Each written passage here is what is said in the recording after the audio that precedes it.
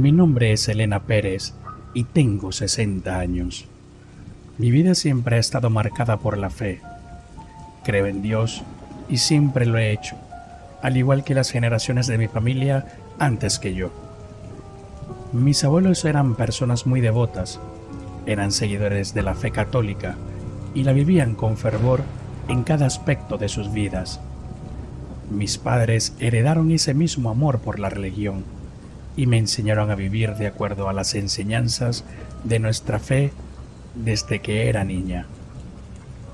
Hasta el día de hoy, comparto esta devoción con mi compañero de vida, mi esposo, Juan. Desde que unimos nuestras vidas, hemos compartido no solo nuestras alegrías y tristezas, sino también nuestra fe y creencia en Dios.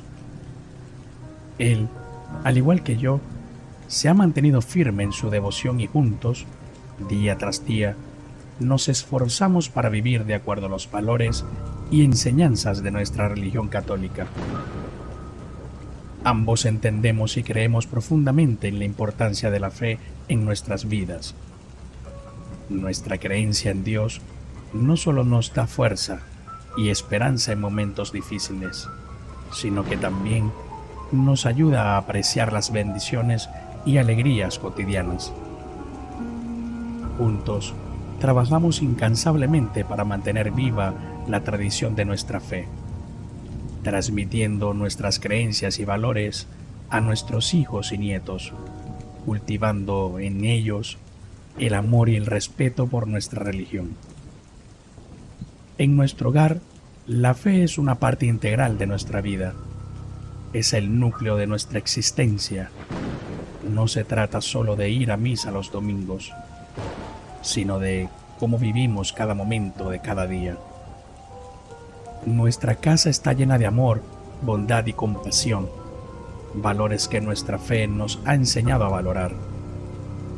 Cada noche, antes de dormir, decimos nuestras oraciones juntos, agradeciendo por las bendiciones que hemos recibido y pidiendo guía por el día siguiente. Tenemos 3 hijos, los 3 son hombres. Manuel tiene 20 años, Pablo 17 y el más joven, Javier, tiene 15. Un sábado cualquiera, después de una semana agotadora de trabajo y responsabilidades, decidimos ir al centro de la ciudad, San Miguel de Allende. Es un lugar hermoso y el centro, en fin de semana, tiene un encanto especial.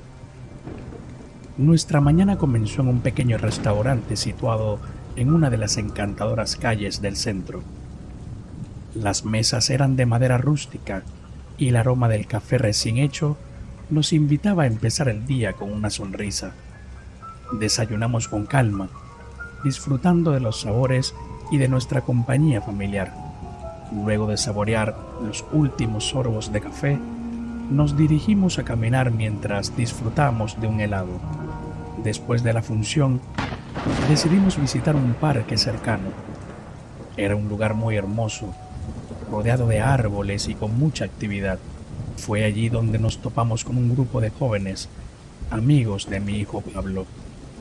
Habían tenido un partido de fútbol esa mañana y se habían quedado a platicar bajo las sombras de los árboles. A mí siempre me han caído muy bien esos jóvenes, así que nos acomodamos en una de las bancas de piedra y dejamos que Pablo se uniera a sus amigos. Mientras tanto, nosotros empezamos a planear la hora en que iríamos a la misa de la mañana al día siguiente. Frente a nosotros estaba la iglesia, su campanario era imponente, y justo ahí es donde encontrábamos la paz espiritual que tanto necesitábamos. Desde nuestra posición, podíamos escuchar a los amigos de Pablo hablando con entusiasmo. Estaban hablando en voz alta, pero entonces algo ocurrió. Un chico llamado Andrés les preguntó algo inusual. Quería saber si alguien del grupo conocía la leyenda de la iglesia. Las respuestas fueron negativas. Todos negaron con la cabeza. Uno de ellos animó a Andrés a contar la historia. Entonces Andrés, con una sonrisa misteriosa en su rostro, empezó a narrar. En nuestra banca, mi esposo y mis otros 2 hijos estaban inmersos en su propia conversación, hablando de sus semanas agotadoras en el trabajo y en la escuela, y de los últimos acontecimientos en el mundo del fútbol. Pero yo no podía concentrarme en nada de eso. La historia de Andrés había capturado mi curiosidad, más que nada por mi religión y porque todos los domingos íbamos a esa iglesia. Justamente llevo toda una vida yendo a misa, pero una de ellas es la que más me ha marcado. Andrés contó que uno de sus tíos le había dicho que hace muchos años, en esa misma iglesia, ocurrió un evento que marcó la vida de todos los presentes. La protagonista de la historia era Amelia, una mujer profundamente comprometida con su fe y devoción hacia la iglesia. Lamentablemente, fue poseída por un demonio conocido como Obscuratus, un espíritu maligno que se creía era enviado por el mismísimo Lucifer para realizar actos maléficos en los cuerpos de las personas. El padre de la época asumió la responsabilidad de llevar a cabo el exorcismo en Amelia. Sin embargo, debido a su falta de preparación y experiencia en estos asuntos, todo se salió de control. El demonio logró apoderarse del cuerpo del sacerdote, provocándole convulsiones y alterando drásticamente su voz, que adquirió un tono más grave, pareciendo una voz proveniente del más allá. Con una fuerza descomunal, el padre poseído comenzó a arremeter contra los presentes, lanzándolos violentamente a medida que se desarrollaba el exorcismo. En medio del caos, otro sacerdote se percató de la situación y decidió intervenir. Con valentía, se acercó al demonio y propuso un trato para proteger a la comunidad y a ellos mismos. El pacto consistía en que el demonio dejaría causarles daño y los dejaría en paz, a cambio de que ellos mantuvieran silencio sobre lo sucedido y permitieran al demonio regresar cada 30 años para poseer a los padres de la iglesia de ese momento y hacer con ellos lo que desearan. Sorprendentemente, el demonio aceptó el trato propuesto y Andrés, quien contaba la historia, mencionó que su tío le había advertido recientemente que el plazo de 30 años se estaba agotando y se rumoreaba que el demonio estaría al acecho, listo para llevar a cabo su promesa y poseer a alguno de los sacerdotes actuales de aquella iglesia. En el momento en que Andrés terminó el relato, me molesté tanto que iba a tomar a Pablo del brazo para que nos fuéramos, pero algo me interrumpió. De la iglesia iba saliendo el padre Rafael, pero iba gritando cosas que no se entendían. No sé si eran porque estábamos lejos y no entendíamos bien, o porque realmente estaba diciendo cosas sin sentido. Iba completamente desnudo, con una cruz roja gigante pintada en el pecho. El padre Manuel intentaba alcanzarlo, gritándole que parara, pero el padre Rafael ni siquiera se inmutaba. Simplemente seguía corriendo rápidamente. Mi familia, los amigos de Pablo y yo nos quedamos totalmente sorprendidos.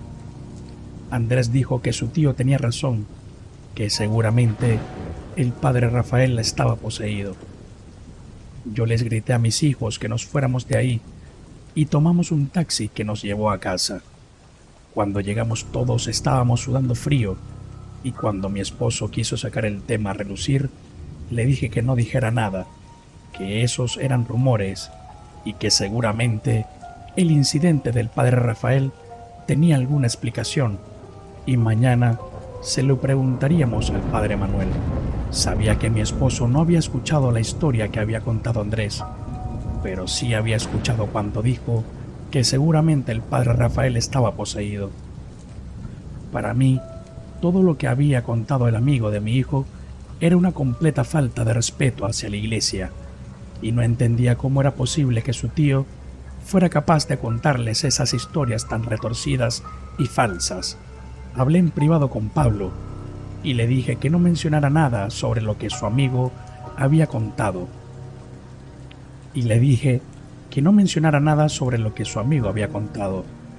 Porque no quería que él estuviera diciendo mentiras y blasfemando.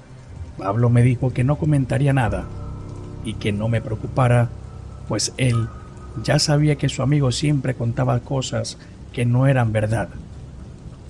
Esa tarde todos comimos en silencio y después de eso alguien tocó la puerta. Cuando abrí, me di cuenta de que era la vecina Marta, quien me iba a contar lo que estaban diciendo acerca del padre Rafael, que había salido corriendo desnudo de la iglesia y lo poco decente que le parecía eso. Yo le mentí diciendo que no había visto nada. Era una mentira piadosa, pero necesario para no seguir alimentando un chisme. Le dije también que seguramente eso no era cierto, y de ser verdad, alguna explicación habría de tener. Al día siguiente, en misa, lo averiguaríamos. La tarde transcurrió y poco a poco pensaba en otras cosas, y ya no lo que había escuchado y visto en el parque. Llegada la noche, mi familia y yo vimos películas de comedia y comimos palomitas. Eran más o menos las 10 de la noche y como a las 12 todos nos fuimos a dormir, puesto que al día siguiente debíamos ir a misa temprano. Estaba muy cansada, así que el sueño me venció, pero alrededor de las 3 de la mañana un fuerte sonido me despertó. Mi esposo ya estaba despierto, sentado en la orilla de la cama, y cuando me vio despierta, me preguntó por qué estaba sonando la campana de la iglesia a las 3 de la mañana. Eso era algo inusual, casi imposible, a menos que tuvieran una emergencia. Mis hijos no se despertaron, así que nosotros no lo hicimos. Era mejor que no se enteraran de nada. Yo me preocupé y le dije que pidiéramos un taxi para ir hacia allá, que tal vez algo había ocurrido. Cuando salimos a esperar el taxi, notábamos que muchas personas también estaban afuera murmurando sobre lo que estaba pasando. Don Tomás me dijo que jamás en todo el tiempo que había vivido ahí se había escuchado las campanas a esas horas. Le dije que nosotros iríamos a ver qué estaba sucediendo y me dijo que me mantuviera al tanto. Era mi amigo, pero a veces me caía mal por chismoso. La campana no dejaba de sonar y sonar mientras íbamos en el taxi. Cuando llegamos, notamos que había alguien en donde se había situado la campana. Era el padre Rafael, que estaba moviéndola repetidas veces, pero atrás de él estaba el padre Manuel, que parecía querer frenarlo, pero no lo lograba. Al ver que varias personas éramos espectadoras, el padre Manuel nos gritó desde ahí que nos fuéramos a casa, que todo estaba bien. Era solo que el padre Rafael había tenido una crisis de ansiedad. La verdad, a mí me parecía otra cosa, pero decidí creerle y le dije a mi esposo que nos fuéramos. Un rato después de llegar a casa, el sonido de la campana cesó y no se volvió a escuchar en toda la madrugada. Pero lo peor de todo sucedió ese domingo. Nos levantamos a las 7 de la mañana y nos preparamos para ir a la misa de 9. Yo estaba intrigada por todos los sucesos del día anterior y de la madrugada. Quería saber qué sucedía realmente con el padre Rafael. Mi esposo tomó mi mano antes de entrar a la iglesia, dándome seguridad. Llegamos y nos sentamos hasta adelante porque, como mi familia y yo siempre éramos de los primeros en llegar a la iglesia, teníamos lugares para escoger. A veces, mis hijos no querían despertarse tan temprano en domingos, pero yo siempre les decía que así como tenían una obligación en la escuela, también tenían una obligación con Dios. Eran las 8:20 de la mañana cuando llegamos, así que no había nadie más en la iglesia. Pero mientras más pasaba el tiempo, más gente iba llegando. La gente que estaba detrás de nosotros estaba hablando sobre la campana que había sonado la noche anterior y me estaba poniendo nerviosa. De repente se me pasó por la mente que a lo mejor lo que había dicho Andrés era verdad, aunque fui más razonable, pensando que un chico de su edad no podría tener razón sobre algo así. Era seguro que los eventos que habían sucedido eran solo una coincidencia. Cuando el reloj dio las 9 de la mañana, la iglesia estaba completamente llena. De hecho, hasta había gente afuera parada para poder escuchar. La misa comienza a su debido tiempo. El coro, que estaba conformado por niños, comenzó a cantar y varios hombres tocaron sus instrumentos. Cantamos las canciones para iniciar y unos minutos después salió el padre Rafael, vestido con una túnica blanca. Todos nos levantamos de las bancas de madera en señal de respeto. Cuando lo vi ahí, me sentí más tranquila. Eso significaba que todos estaban bien. A todos nos encantaba cómo el padre Rafael daba la homilía. Para quienes no sepan, la homilía es la parte donde el sacerdote da un pequeño sermón y reflexión sobre las lecturas del día. Su manera de hablar siempre nos llenaba el alma de paz. Pero cuando lo vi más detenidamente, me di cuenta de que el padre Rafael lucía diferente, con un aspecto extraño y mostrando signos evidentes de cansancio y palidez. Sorprendentemente, su habitual sonrisa no se veía en su rostro. Caminó hasta el altar con paso lento y realizó una reverencia antes de dar inicio a la misa. Pronunció el saludo inicial y llevó a cabo el acto penitencial. Sin embargo, su voz sonaba débil, ronca y algo extrañada. Durante el momento de las lecturas y el salmo, prefirió permanecer sentado en su silla, mirando hacia el vacío. Sus ojos estaban entrecerrados, como si tuvieran la intención de descansar o incluso dormir. Además, comenzó a sudar, demostrando una clara incomodidad o nerviosismo. Mi esposo dirigió una mirada silenciosa hacia mí, inquiriendo si acaso el padre Rafael estaría sufriendo de alguna enfermedad, a lo cual respondía afirmativamente con un asentamiento preocupado, aunque ambos sabíamos que era algo más. El semblante del sacerdote lucía desolador, evidenciando un estado de salud sumamente deteriorado. Acto seguido, dio inicio a la homilía que tanto anhelábamos escuchar. Todos los presentes aguardábamos con expectación sus palabras, esperando que, quizás, compartiera con nosotros los pormenores de su malestar, que nos dijera que se sentía mal o algo parecido, pero no fue así. Se posicionó en el podio y nos miró con asco. En su cara había gesto de disgusto y por un fugaz instante hasta parecía que iba a vomitar. Sin embargo, trató de hacer un esfuerzo por leer. Comenzó diciendo: aquella mañana, durante las lecturas sagradas, Jesús nos transmitió su mensaje. Sin embargo, en medio de su discurso, el padre Rafael detuvo abruptamente sus palabras. Tomó su mano para secarse el sudor y de pronto una serie de toses irrumpieron en el ambiente. A través del sistema de amplificación, las palabras emitidas se volvieron ininteligibles, sumiendo a los fieles en un desconcierto. Hasta que de pronto comenzó a decir cosas muy feas, groserías y maldiciones. Todos estábamos disgustados pues el hecho de que se encontrara enfermo no justificaba de ninguna manera las obscenidades que salieron de sus labios en aquel sagrado recinto. Luego comenzó a decir,